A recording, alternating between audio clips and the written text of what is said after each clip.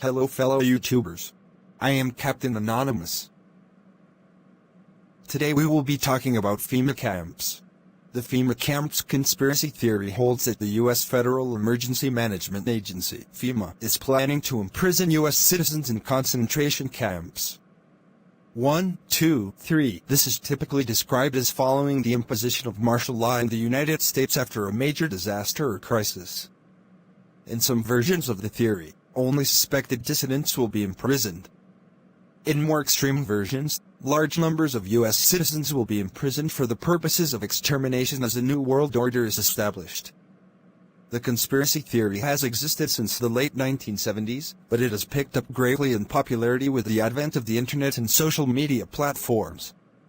One has published a debunking of some of the various claims proponents of the theory make. 14. And Fox News personality Glenn Beck did a 2009 interview with James Meigs, editor-in-chief there, where he walked through a debunking of one purported camp. 30. This video, Meigs said, actually dates from about 1995. But like so many of these conspiracy theories, it gets recut and re-edited and circulated around the internet.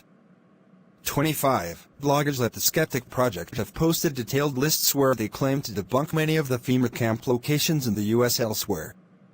31. Newsweek emailed FEMA to inquire about the FEMA camps rumors.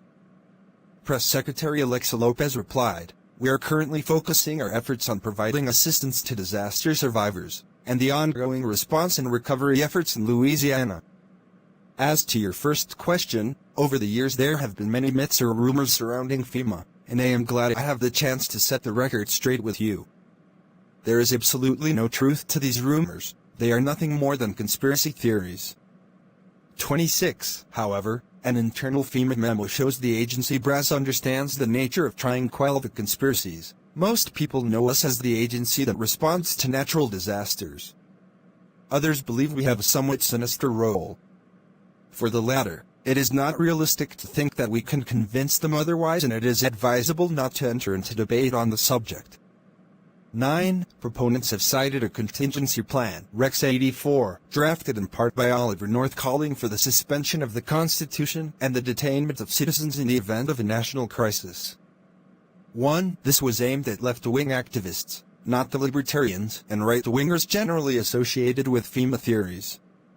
32. This has been linked to a 1970 document by Louis Giuffrida, years later, the director of FEMA, calling for the establishment of martial law in the event of an uprising by African American militants and the internment of millions of African Americans.